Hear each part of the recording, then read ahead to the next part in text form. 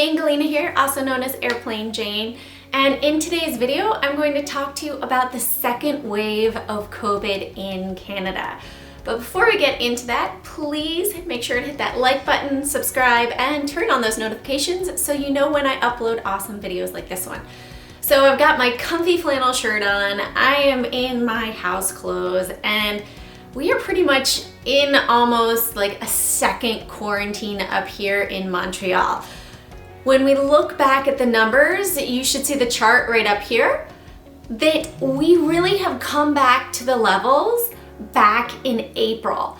And recently, just the beginning of October, we went into what seems like a second lockdown for the red zone of Montreal and Ottawa. So what has happened? Well, our numbers jumped again back to where we were back in April of 2020. And this isn't really a surprise.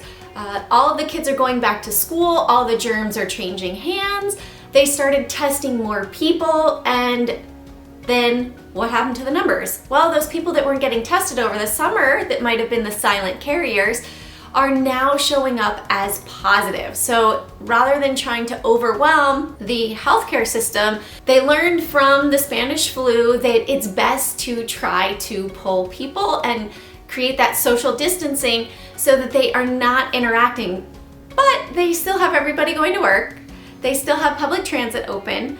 They still have grocery stores open. They did shut down bars and restaurants and gyms as well. Pretty much everything is closed except for work, shopping for essential needs, and essential workers as before. But this is really tough. It's really hard to stay motivated in this time.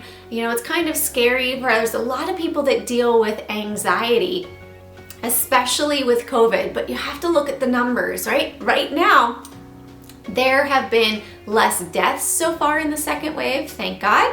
I think people realize that maybe they also need to take the proper vitamins and take care of their health, their proper rest, proper nutrition, proper hydration as well, so that they are not contracting this. As even if Trump got it, they were pumping him with the experimental vaccines, remdesivir from Gilead. They also gave him the cocktail of antigens that they've been testing in hospitals for people that currently have COVID. So they've given him that extra boost for him to recover. So I don't think that he's the best example of, hey, everybody can survive. However, this is a 97% survival rate right now. It does affect people that tend to have that underlying condition. So know that if you do contract it, you might feel really crummy for 10 to 14 days, but likely if you take care of your body, you heed the warning signs, you take the proper nutrition, that you're going to be able to combat it. You know, hopefully no one that's watching this has been affected by it. I know it can be very tough if you have a loved one in the hospital and you're not able to go and see them. You know, I have not been able to go down to the States to see my family comfortably since Christmas. So I'm really missing visiting my family as well. That's a little tough for me. And hopefully I'll be able to go down soon. But I don't want to be a carrier of it. If I were to fly down, then I might carry it, and then next thing you know, I have shared it with my family. I would feel devastated if that were to be the case. So I'm just playing it extra safe, as my parents are more in that high risk category as well.